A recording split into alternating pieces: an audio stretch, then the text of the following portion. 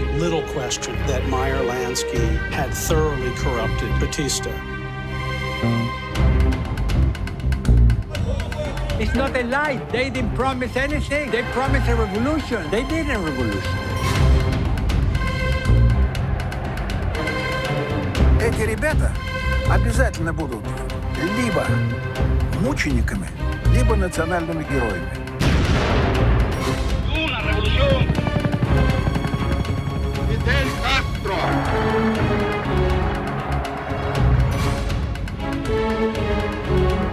He told Khrushchev, you should unleash the entire Soviet nuclear arsenals. Apocalypse.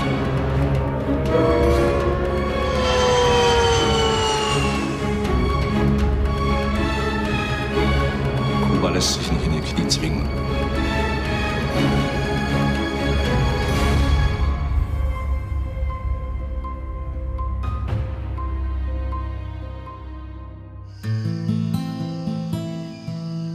Lush forests, a blue ocean, and sunny tropical weather.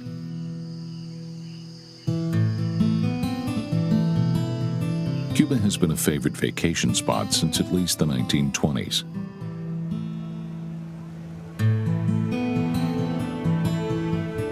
Tourism picked up tremendously in the 1930s as people, especially from the United States, were drawn also by Cuba's low prices and plentiful liquor.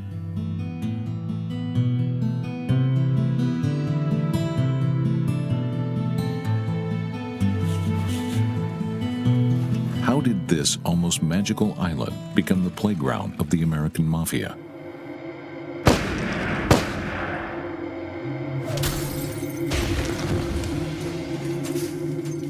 What turned Fidel Castro, a Jesuit schoolboy, into the leader of an armed rebellion? And why did all of Cuba's ambitious political reforms fail within a decade? Cuba's history is marked by 500 years of poverty and oppression. But the Cubans have never given up on their dream of freedom. Since 1934, Cuba has been ruled by a number of puppet governments under the control of General Fulgencio Batista. He was a non-commissioned officer before taking power in a military coup. He had Cuba's largely white army officers of Spanish descent removed. For the first time, Cuba was ruled by someone of native descent.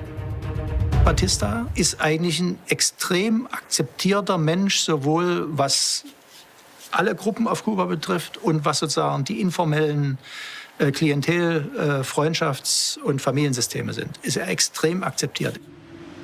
As the head of the army, Batista ran the country from behind the scenes. The elected presidents were his puppets. Cuba's neighbor, the United States, saw in him a strong man who could restore peace and quiet to Cuba. Batista developed policy in agreement with the American ambassador. Que era un jovencito de la gente más pobre de la sociedad. Todavía no tenía más que 31 años de edad, un joven.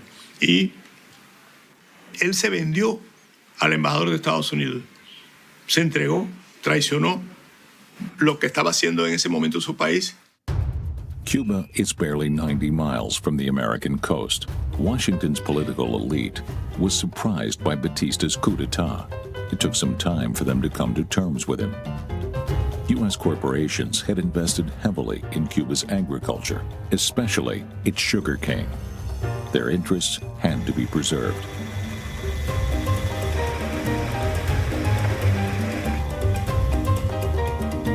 To the surprise of many, General Batista bade farewell to his uniform in 1940 in order to run for president of Cuba. The former military dictator decided to run on a platform that promised prosperity for all Cubans. Und er macht's ja auch. Er baut eine neue Armee auf aus farbigen Unterschichten. Das ist der Aufstieg sozusagen der Söhne von Sklavinnen und Sklaven oder Enkel von Sklavinnen und Sklaven. Das ist der Aufstieg der Afro-Kubaner und er macht das gleich in der Polizei. As a candidate in the presidential election, he strove to implement the promises made during the 1933 revolution. The United States warned Batista against continuing the reforms, but Cuba's intellectuals supported him. Sie wollten Politik verändern und deswegen haben sich gerade auch sehr viele Intellektuelle und Schriftsteller damals für diese Republik, auch für die Verfassung von 1940 engagiert. Batista's crowning achievement was to give Cuba a new constitution. It allowed a land reform, established women's suffrage, and cemented the 8-hour workday.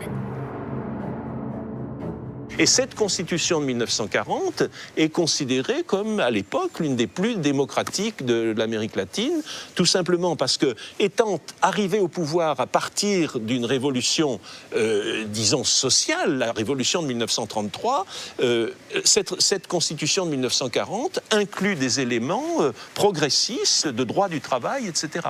Fulgencio Batista brought together both conservative and leftist factions. This allowed him to unite the majority of Cubans behind his banner and be elected in the autumn of 1940. This was a period of significant prosperity in Cuba. It was a period of a lot of happiness because Cubans saw that the revolution had finally came to power.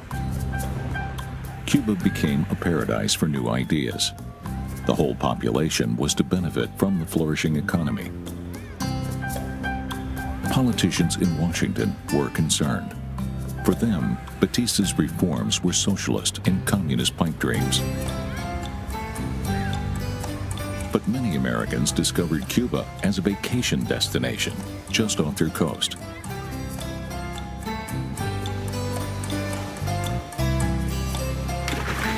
Seit dem Alkoholverbot in den USA sind die ja schon immer da ausgewichen hin. Und mit der ersten Touristenwelle, also 20er Jahre, 30er Jahre, gibt es auch sehr starke Beziehungen. Also alles, was tropisch, luxuriös und etwas verrucht ist, spielt eigentlich in Kuba statt, nicht in den USA. Prohibition in the USA from 1919 to 1933 made Cuba and turned Cuba into one of America's best-kept tourist secrets. Life here was cheap, and alcohol flowed freely and legally.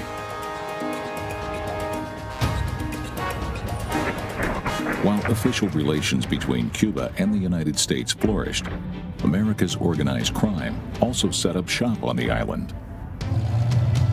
During Prohibition, they smuggled liquor from Cuba to the mainland.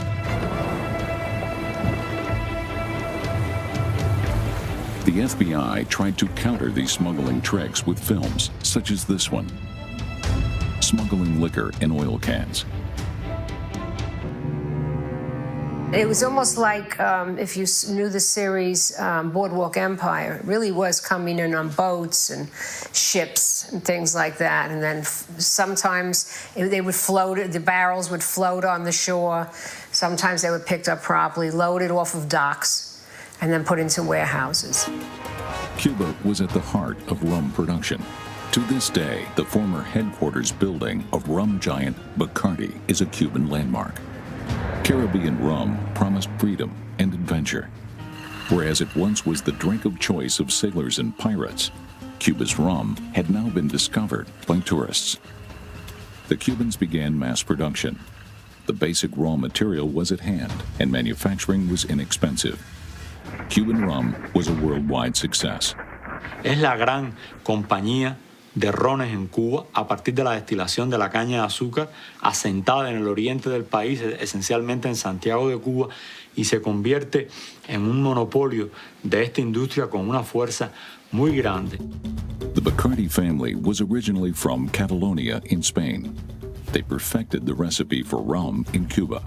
The bat on the company's logo is an old Cuban symbol of good fortune.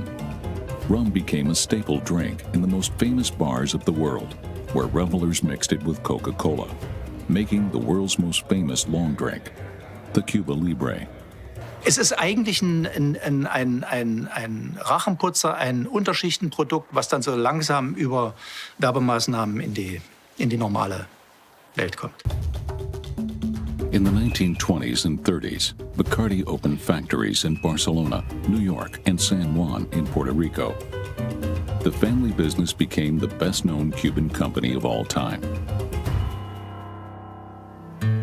Rum is part of Cuba as much as its cigars, the sea, and its many small fishing boats. It was part of the attraction for an American journalist who came to Cuba to fish but ended up staying. Ernest Hemingway. Even today, for many visitors, he embodies the Cuban way at life, at one with nature, enjoying life, and with a sharp tongue.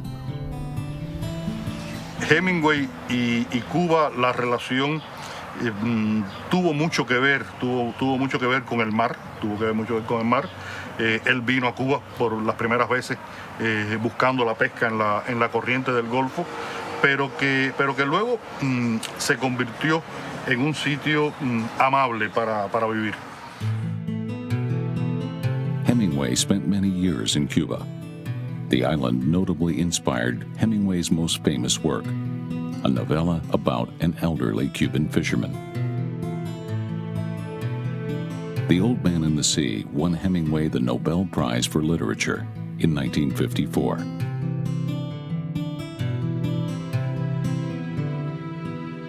De ahí que cuando él gana el premio Nobel a partir de esta novela se lo dedica al pueblo cubano, porque es una gratitud entre la psicología que él trae como autor, como un extranjero que participa, pero también el mundo vivencial que ha vivido con los pescadores cubanos. In the 1930s, it was not hard for a tourist such as Hemingway to settle in Cuba. Writers such as he were welcome. Ordinary jobs, however, were primarily reserved for Cubans, and the island no longer welcomed immigrants. In May 1939, the steamliner MS St. Louis, carrying hundreds of refugees from Hamburg, Germany, arrived in Cuba seeking asylum. The MS St. Louis was a ship full of Jewish refugees that left Hamburg and was going to come to the United States. President Franklin Roosevelt refused to accept those refugees. So they went to Cuba and they tried to negotiate with the Cuban government, which was led at that time by Batista and another general named Benitez, and tried to pay for each refugee. The Cuban government demanded such exorbitant sums that only a few refugees were able to pay.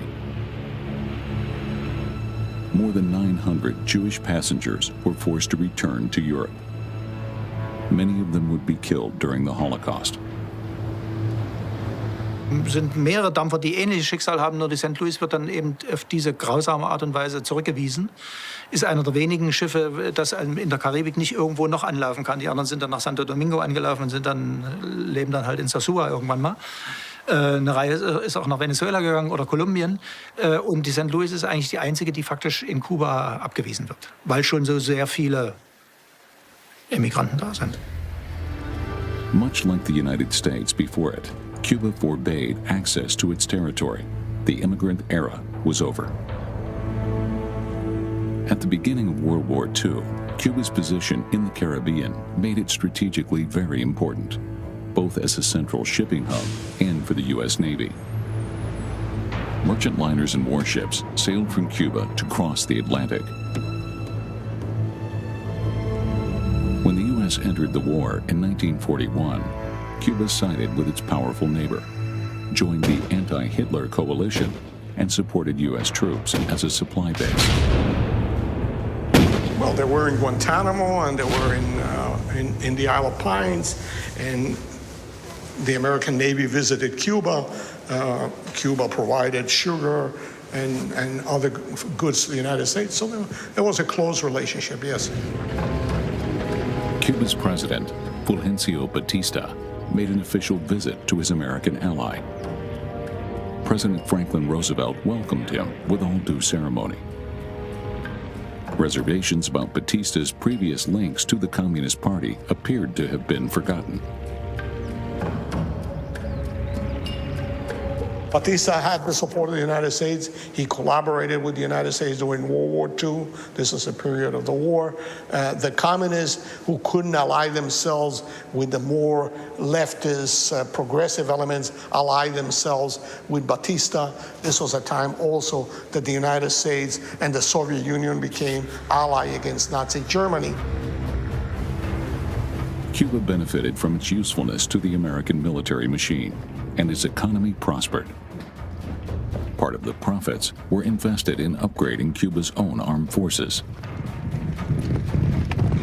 Batista himself profited from the arms trade. He acted as an intermediary for armament industrialists and took a cut of each purchase his army made. Cuando llegó ese momento, ya no era aquel, era un millonario. Ya sabía vestirse, ya sabía obedecer y sabía mandar. Das ist im Grunde das im Rahmen der sozusagen der inoffiziellen Sozialpolitik, Aufstiegspolitik. Jeder, der eine Machtposition hat, von dem wird erwartet, dass er seine Familie versorgt und dass er seine Freunde versorgt. Many people in Cuba were provided for, and the president more than anyone else. Cuba's coastline is studded with grand hotels, most of which were built by the mafia in the 1940s.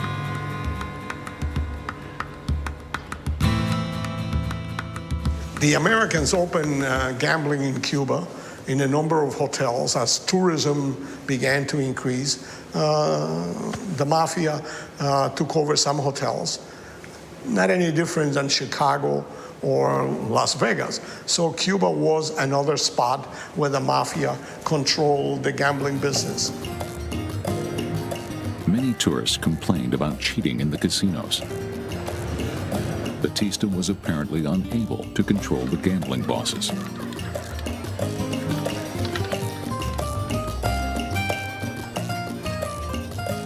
The problem with cheating was terrible in Havana. You had people rigging games. They had little devices that they could stop wheels from spinning in a certain way.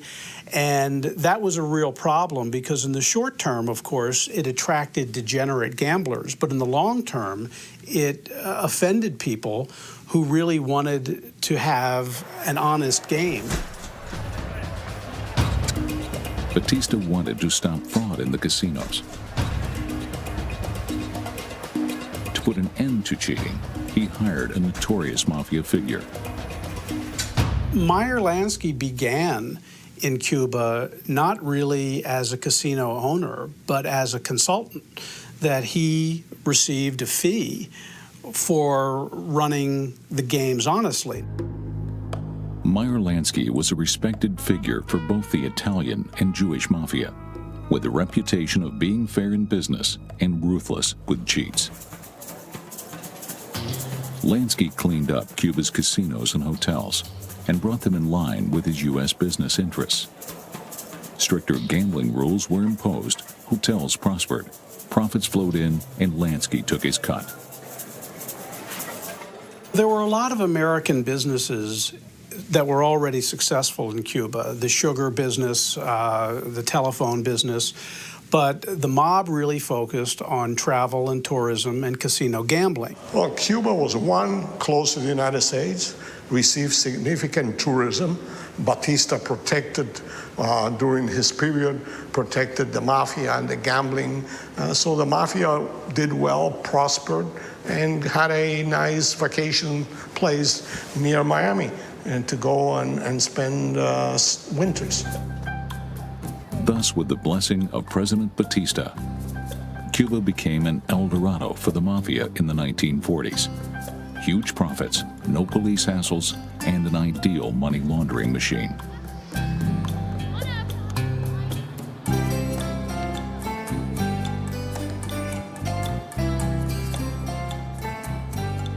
Cuba was very attractive to the mob because it was legal. There was not much they could do in the U.S. that was legal because you had to follow the money, you had to trace money. But the mob could go into Havana and build casinos and hotels perfectly legally. Now, the money that was used was not obtained legally in the U.S., but what was literally happening is people with duffel bags of cash would go into Havana and buy hotels and casinos. Among those investing in Cuba early on was also the United States' most feared mafia boss, Charles Lucky Luciano, head of the famous Cosa Nostra. In 1936, the FBI had managed to arrest Luciano for forced prostitution. But his friend and confidant, Meyer Lansky, hatched a plan to get Luciano out again. With the United States at war with both Germany and Italy, the U.S. government feared sabotage and spies, especially in New York Harbor. And they knew the docks were controlled by Luciano's Italian associates.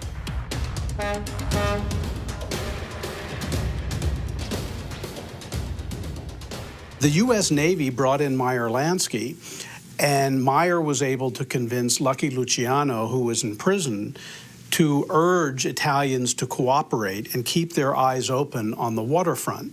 Now, what was in this for Lucky Luciano, who was in jail doing 30 to 50 years? Well, Meyer had a plan, and the plan was if Luciano cooperated with the war effort by giving the order to go and help find Nazi spies and to help find loyal people in Sicily for when General Patton invaded, maybe Luciano would be let out of jail. The condition for Luciano's release was simple. He had to cooperate and would be deported to his native Italy at the end of the war. In 1940, future revolutionary leader Fidel Castro was 14 years old. He and his brother Raul were the illegitimate children of a wealthy Cuban landowner. Their father had sent them to attend a church-run private boarding school in Santiago de Cuba. Fidel Castro y Raúl Castro estudiaron en una escuela de jesuitas. Yo estudié con los jesuitas. Ser jesuita no es ser católico o ir a misa un domingo. Ser jesuita es una manera de entender el mundo y de proyectarte en el mundo. It was an all-boys school. Fidel is standing to the right, with a pencil in his mouth. Parce que, si vous voulez, Castro, chez les jésuites, il était réputé en tant qu'athlète, en tant que sportif. Donc on sent bien que c'est un homme, que son gabarit le montre, un homme qui avait besoin d'exprimer quelque chose de physique. His competitive spirit was initially channeled into sports, baseball and basketball, which suited him perfectly. Siempre es un espíritu como Michael Jordan en el básquetbol. Es competitivo, altamente competitivo. Fidel was a very rebellious student. He had a couple of guns in his dormitory. Used to fight with other students. As a teenager, Fidel already stood out. He couldn't stay still and was quick-tempered, but he did well in class. In 1944, Batista's 4-year term as president came to an end. He withdrew from politics, traveled through Latin America, and settled in Florida, where he lived a life of luxury.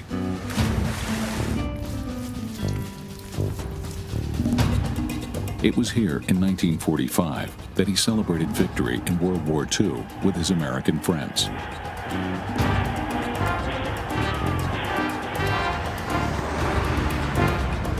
Back in Cuba, Batista had been succeeded by Ramon Grau, his former co-revolutionary. But the new president did little to stop organized crime.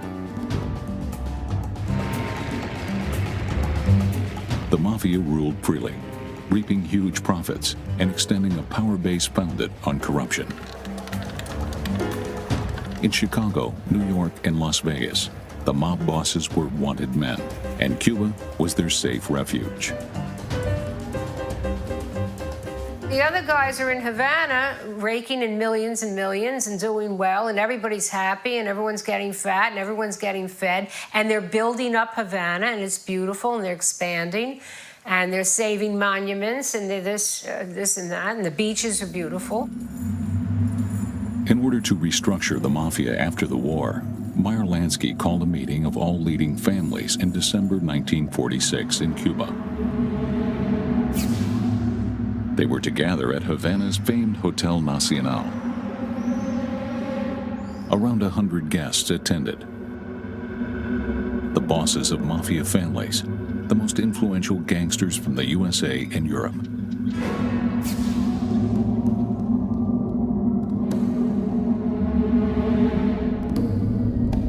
Cuba's tropical sun, they were seeking to solve without bloodshed their disagreements on sharing out the loot.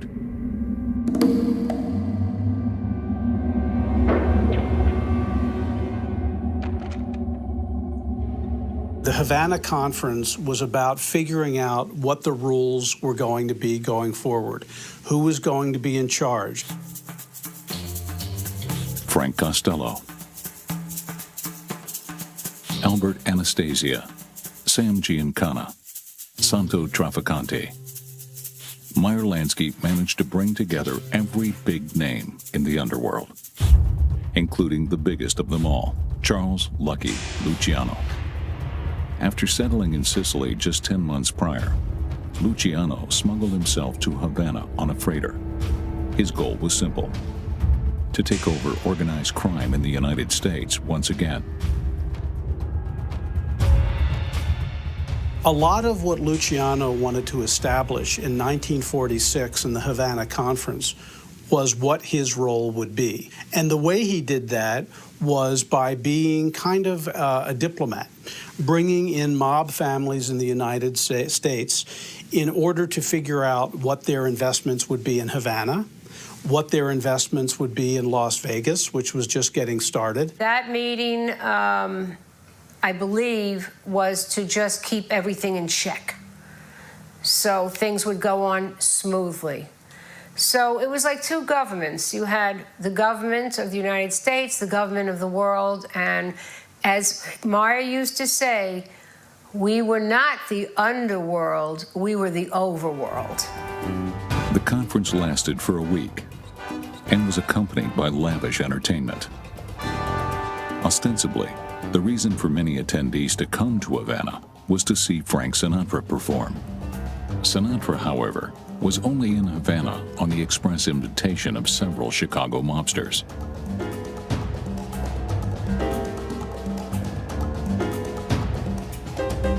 Throughout the conference, Cuban police steered clear of the Hotel Nacional. The government and civil servants were all party to shady dealings. Luciano set himself up, at least for a while, in Cuba. What ended up happening, though, is gossip columnists began writing about him and Frank Sinatra and plane loads of prostitutes coming into Havana. And the Truman administration was extremely upset by this because they felt that they had been slapped in the face. It was one thing to deport Luciano to Italy. It's another thing if he's a few miles from Florida, basically still being the boss. Only under U.S. pressure did Cuban authorities relent and pressured Luciano to leave Havana, going into exile for a second and last time. So he ultimately was sent back to Italy, if for no other reason than to take heat off of the mafia, because nobody is loyal to anybody when they create a lot of controversy. And Luciano was able to do almost as much as he could do from Italy that he could do from Havana. But not even Meyer Lansky wanted him in Havana after a while. Since then, Cuban slang has special words for its corruption practices: botella and chivo. Botella is a form of nepotism, whereby positions are appointed to friends and acquaintances, who are then supposed to return the favor later on.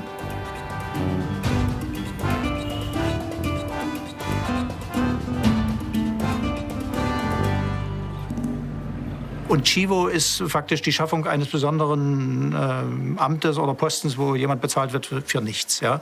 Überbezahlte Eliten, die nichts zu tun haben im Staatsapparat.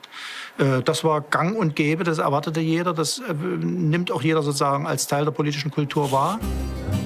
A small elite of high-ranking soldiers, and particularly American company bosses and their partners, were the big winners in post-war Cuba.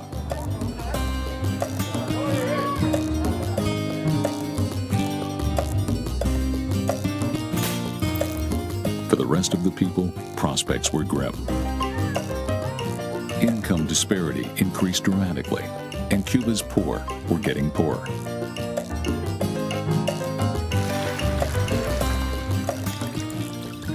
Habían 600.000 desempleados en aquel momento y éramos 7 millones. Y era un desparpajo. La situación en Cuba era un desparpajo. A pesar de que dicen que era el tercer país en América Latina o el segundo. Entonces yo no me imagino cómo serían los otros, ¿no? In the late 1940s, Fidel Castro began studying law at the University of Havana. Well, law was a very common profession. Law and medicine were the principal profession that students studied in Cuba. And he was like the screaming, and that was a way to achieve political power. In other words, being a lawyer was first before you become a political leader. Universities were a hotbed of opposition against the Cuban government and its corruption. Groups with various affinities sprang up. Among them were those who claimed allegiance to socialists or to communists. En aquel tiempo, estamos hablando del 52, 50, la Universidad de La Habana era muy grande, era la única universidad prácticamente que había en el país. L'université de La Havane est en effervescence, il y a des courants. On est vraiment dans la grande période latino-américaine où l'université est un espèce de quasiment de champ de bataille. Fidel Castro joined several armed groups.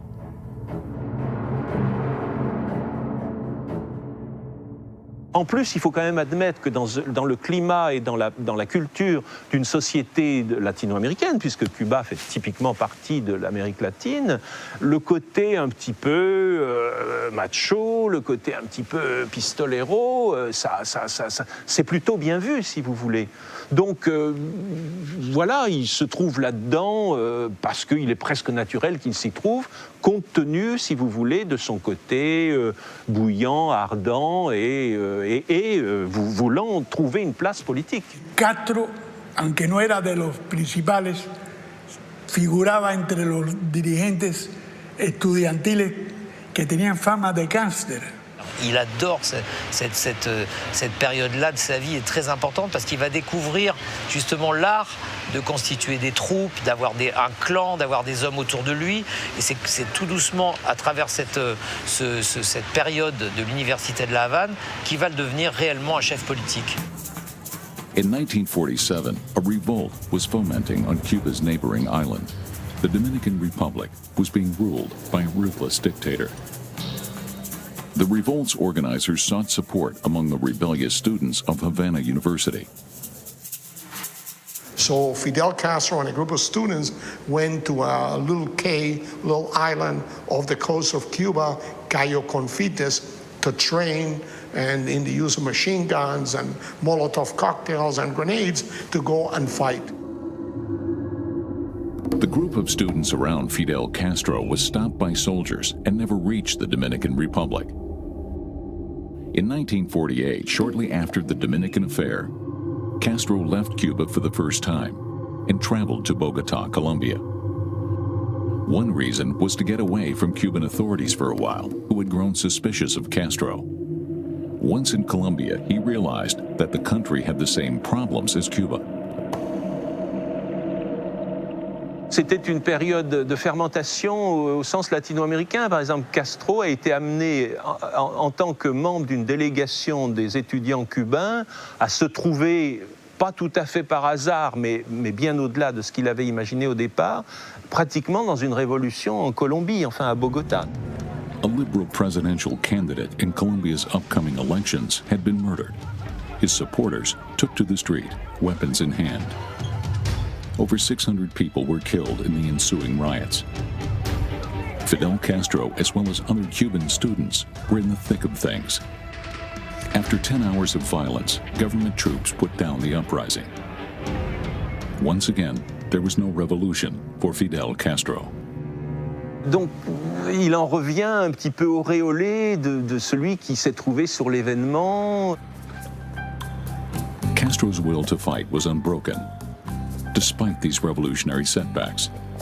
Having graduated, he set up a legal practice, defending the poor in court. But once again, his endeavors failed. Also Castro ist ja lange Zeit, auch in seiner Studentenzeit, obwohl er ein charismatischer und guter Redner war, ist ja lange Zeit einer gewesen, der immer verloren hatte. Und das gehört wahrscheinlich in dieses Segment mit rein. Der immer verloren hatte und von dem wahrscheinlich jeder gedacht hat, das ist einer von vielen, ja, die verlieren immer und die kommen mit ihren Projekten, mit ihren großen utopischen Projekten nicht durch.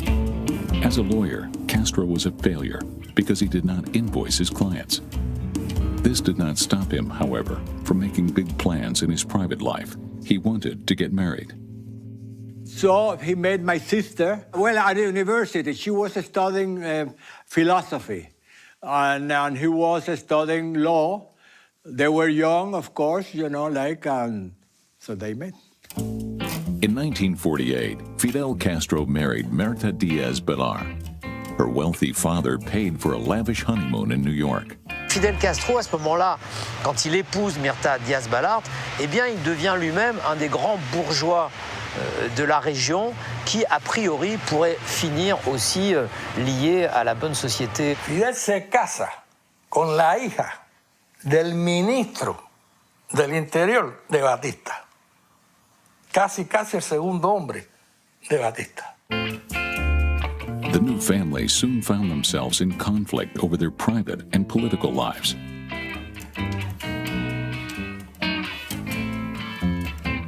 The thought of my family or my father was that he was a revolutionary, that was very hard. It would be very hard for her to live, and that was true. In 1952, former President Fulgencio Batista decided to return to Cuba. He wanted to run for the presidency again, and thus renew his political career.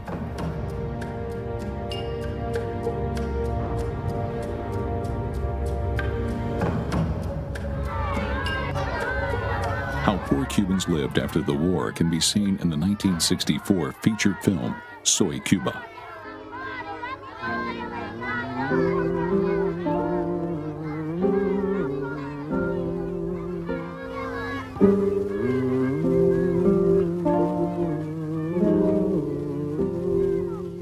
The lifestyle of Batista and his cronies was considerably different.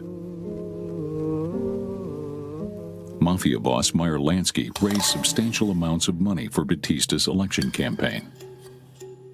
The FBI regarded Lansky as one of America's most influential gangsters. He himself always claimed to be an honest casino owner. They were places that were patronized by the finest people and had seating capacity, some of them as high as 800 people. And some of the finest people of the United States patronized these places. Also, your big charity balls were held there. And usually every year, the proms from that area were held there. Their fathers and mothers. There were not any nukes in some corner or somewheres. They were known all over America for their food and entertainment. There is little question that Meyer Lansky had thoroughly corrupted Batista, that he received millions and millions of dollars every year to let the mob do their thing. He was their partner. And he was able to put away a lot of money in Switzerland and other places. Batista's return proved to be more complicated than expected. Forecasts for the election were uncertain. It appeared that Batista was on the verge of a loss. Batista was still well connected with Cuba's army, as well as other influential Cubans. They had invested their money in Batista, but now it seemed that only a new coup d'etat could guarantee his rise to power.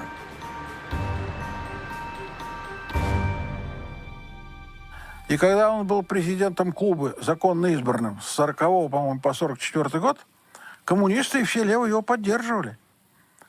Но после войны, когда началась холодная война, все вот эти прелести послевоенные, он, конечно, эволюционировал сразу в сторону союза с Соединенными Штатами, стал сторонником подавления силового всех левых сил и, естественно, стал противником всех революционеров.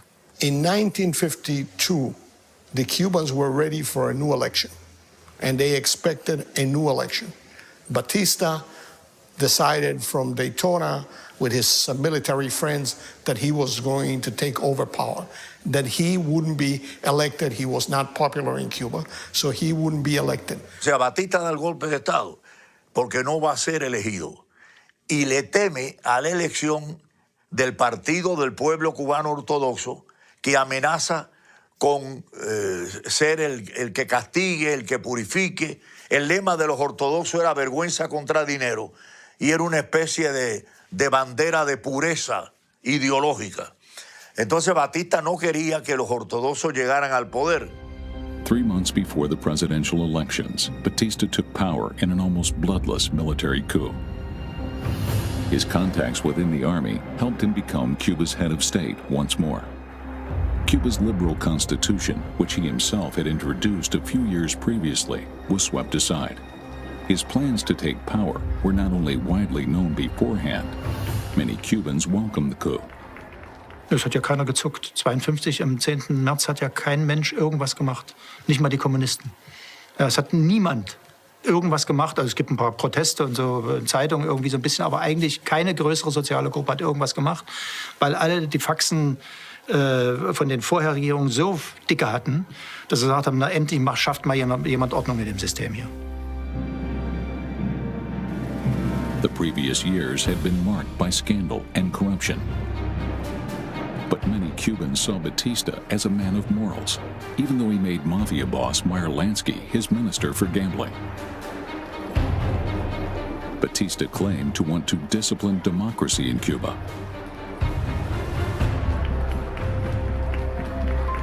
Major festivities were organized to rally the Cubans to his cause.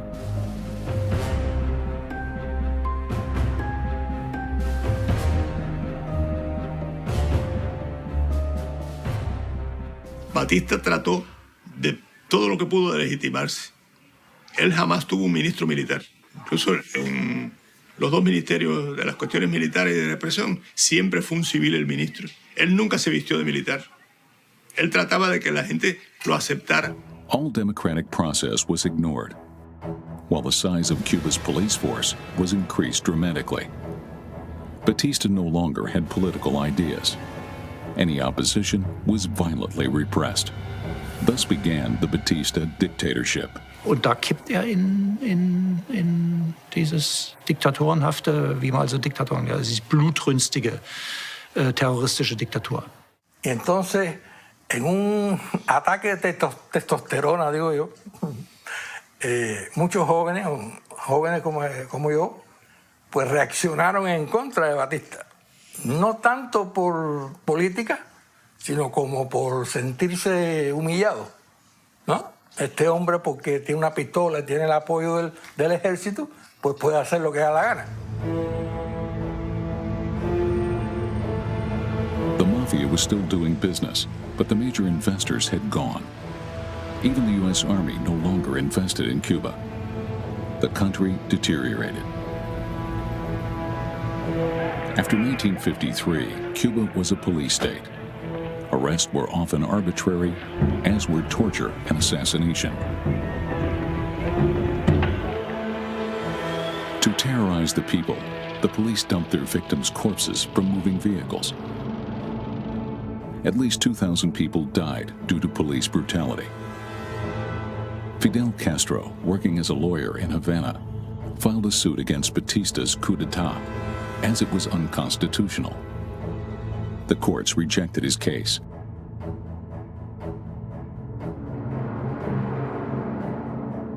Given the fact that in 1944 he allowed elections, many people expected him to stay in power for a short time and then have elections. But as time went by, they realized that he wasn't going to have elections, that he wanted to remain in power and retain power. And then that's when the opposition began to develop. Nos lanzamos a la calle protestando contra Batista. Realmente no éramos de ningún partido, éramos jóvenes estudiantes, pero teníamos ya la información de nuestros familiares, de nuestros padres, de que Batista había sido un gobierno negativo, malo para el pueblo. Having exhausted what he saw as all legal options, Fidel Castro decided that only armed rebellion could put an end to Batista's regime. Today, the Moncada Barracks in Santiago is a museum. In 1953, it was Cuba's second biggest military base. Fidel Castro put together a small group of revolutionaries in order to attack the barracks. Ce qu'il y a de fascinant dans le castrisme, c'est que quand on regarde de près la manière dont les choses se passent, c'est toujours un peu improvisé, un peu avec un côté très amateur. Il y a un côté étudiant un peu fou dans tout ça. Et la prise de la caserne de la Moncada en est un exemple. The ambitious plan was to seize the barracks and the weapons within. Suponíamos, y así fue planificado, que el cuartel se iba a tomar por sorpresa. The date was set for July 26, 1953. The Moncada Barracks was a fortress in the heart of Santiago. Across the street from it was a civil hospital. Castro divided his men, some to storm the hospital in order to create a diversion, allowing the rest of his troops to take the barracks. Nosotros desde el hospital, al disparar sobre el cuartel, atraeríamos una buena parte del barraje de fuego de los soldados hacia el hospital, de manera que eso aliviaba la situación de los compañeros nuestros que atacarían por el frente. While carnival festivities were in full swing around Santiago, Castro's men approached the barracks.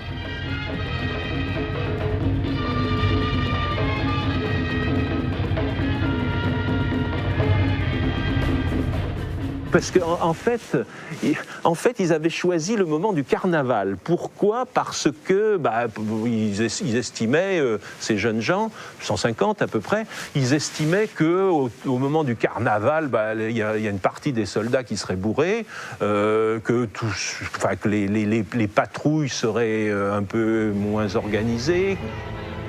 But things went bad almost immediately.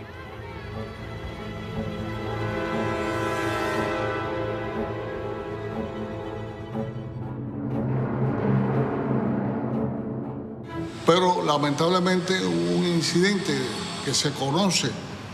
Los primeros carros que llegaron al cuartel, una guardia que no se contaba con ella, y eso hizo que la alarma se sonara. While Cubans were dancing and laughing in the streets, Castro and his men pressed their attack. But the barracks guards opened fire almost immediately. Castro and his men were outnumbered and outgunned. Estuvimos disparando durante todo el tiempo, porque lamentablemente el factor secreto sorpresa falló, y así estuvimos hasta que se nos acabaron las municiones. 19 soldiers were killed, as were 6 rebels, before Castro and his remaining men surrendered. For the young lawyer turned rebel, it was another devastating defeat. 53 war der Castro. Ein Verrückter. Don Quixote. Don Quixote der Freiheit. 55 rebels were killed on the spot after being arrested. Only a few managed to escape. Most, including the Castro brothers, were put on trial. No one expected a fair hearing. Castro's revolution had been annihilated, and now the state wanted to show its power. The day after the attack, Fulgencio Batista visited the Moncada barracks and asked to see the weapons that had aimed to topple his regime.